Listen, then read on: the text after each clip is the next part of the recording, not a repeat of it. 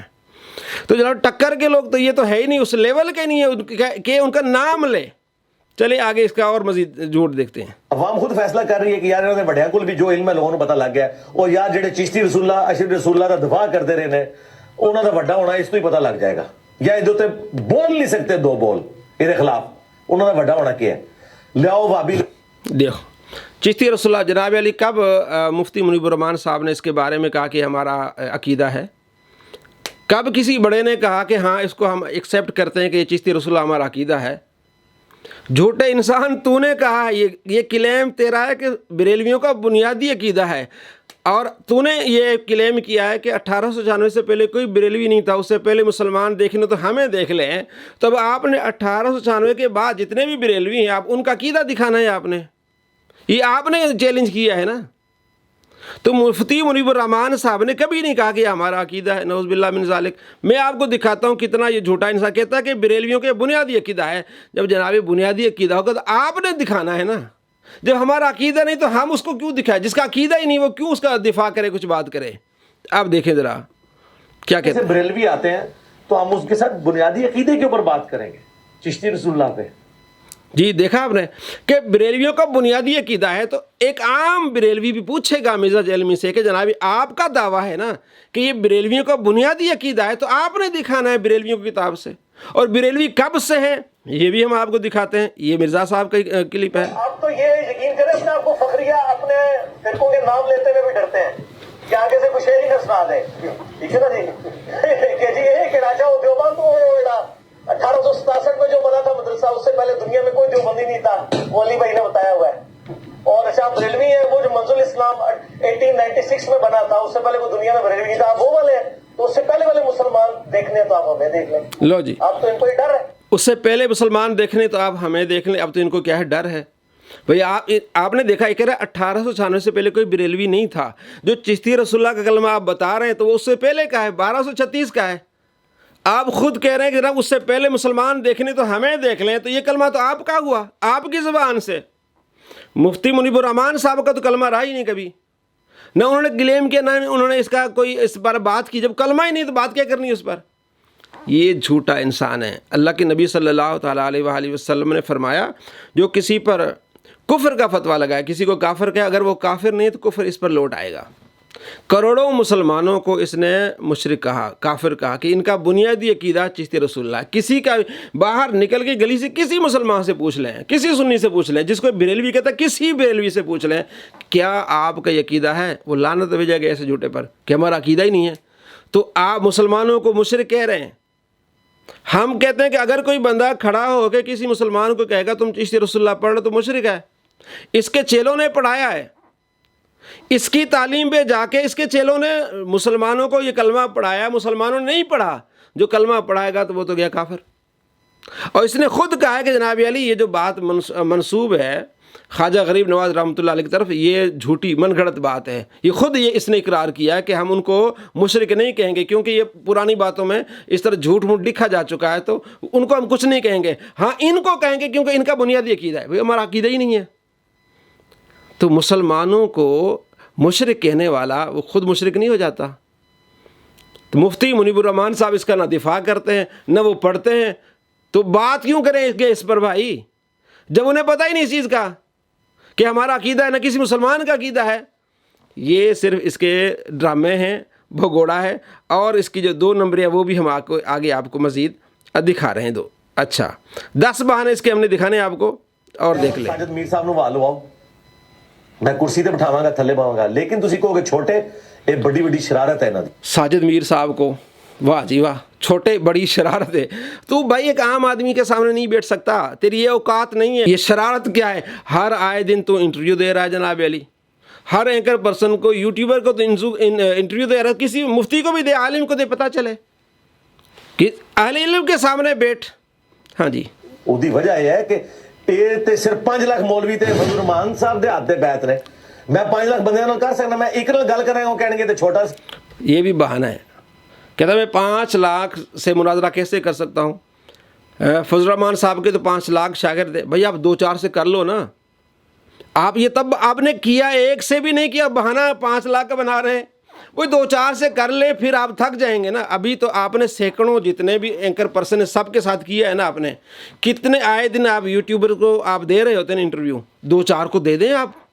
اس وقت پتہ چلے گا جب 2-4 کو آپ دے لیں. آپ نے ایک کو ہی نہیں دیا اور بہانہ یہ بنا لے کہ 5 لاکھ میں 5 لاکھ کیسے دوں گا. کم سے کم 3 کو دے دیں. جمع جو عربی میں جمع 3 ہوتا ہے، آپ نے 3 کو دے دیا، بس بات ختم ہو جائے گی. پھر ہم مان لیں کہ ہاں جی اس نے جمع کر لیا.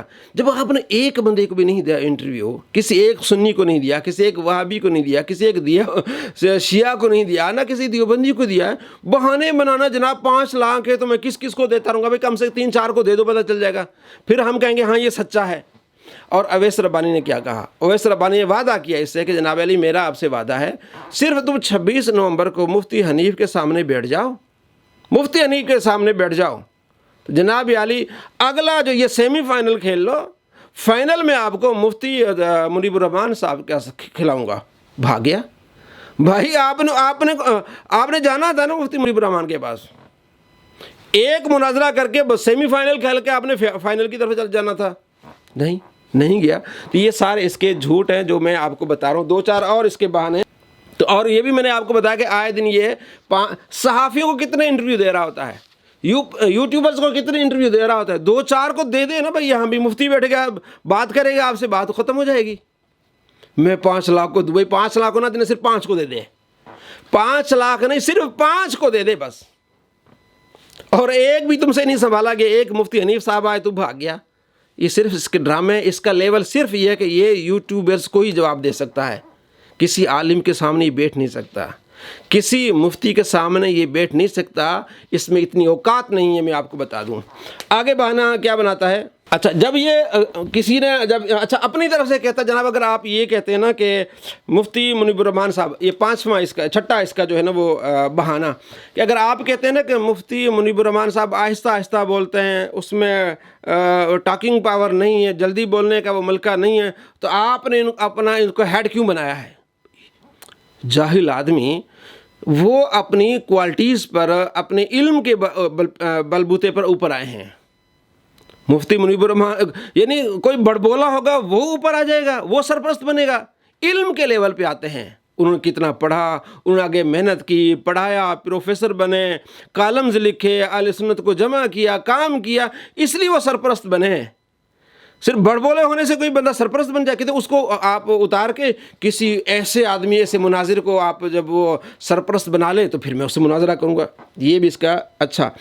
آگے جو اس کا ہے وہ 7واں جو اس کا بہانہ ہے وہ یہ ہے کہ جناب لکھوا کر لے آئیں. ایک بہانہ اس کا کیا ہے کہ لکھوا کر لے آئیں، کہ جناب علی مفتی منیب الرحمان صاحب یہ لکھ کر دیں کہ میرا یہ بندہ آ رہا ہے، اس کی جیت میری جیت ہے اور اس کی ہار میری ہار ہے. یہ لکھوا کر لے آئیں. شرطیں تو دونوں طرف سے ہوتے ہیں نا مرزا صاحب. آپ نے کیا لکھ کر دینا ہے؟ سوال یہ ہے کہ بھائی آپ یہ کریں کہ وہ لکھوا کر لے آئیں. آپ اپنی طرف سے بھی کوئی اناؤنسمنٹ کر دیں نا. اگر میں ہار گیا تو پھر کیا ہوگا؟ بھائی 2 نمبری نہ کریں نا. اپنی طرف سے بھی شرط لکھیں کہ اگر میں ہار گیا تو میری اکیڈمی 0، بالکل میں بند کر دوں گا. میں کوئی 2 نمبریاں نہیں کروں گا. میں نے سارے اکاؤنٹس بند کر دینے ہیں. میں چپ کے بیٹھ جاؤں گا، بس نماز روزہ شروع کر دوں گا. بھائی میں نے یہ ساری شرارتیں چھوڑ دینی ہیں. کرو بھائی. یہ اپنی طرف سے بھی کوئی شرط رکھ لو. مفتی منیب الرحمان صاحب شرط لکھوا کے اس سے لے آئیں اور تیری طرف سے کوئی شرط نہ ہو. یہ کیا ڈرامے بازی ہے دوستو. یہ بہانے آپ دیکھ لیں، سوچ لیں، غور کر لیں کہ بھئی شرائط دونوں طرف سے ہوتی ہے نا. مفتی صاحب کی شرائط تو وہ کہہ رہا کہ یہ لے آئیں، اپنی طرف سے کوئی شرط نہیں ہے. اپنی طرف سے 2-4 شرطیں جناب علی کا آپ کریں نا تو پتہ چلے. تو یہ آپ پوچھیں مرزا کے چیلوں سے کہ جناب علی آپ کا جو مرزا صاحب، یہ جو آپ کی امام ہے، کہتے ہیں کہ مفتی منیب الرحمان صاحب سے لکھوا کے لے آئیں کہ اگر ان کی جیت تو ان کے فرقے کی جیت، ان کی ہار تو ان کے فرقے کی ہار. تو آپ کی شرط کیا ہوگی؟ آپ کی ہار کیا ہوگی؟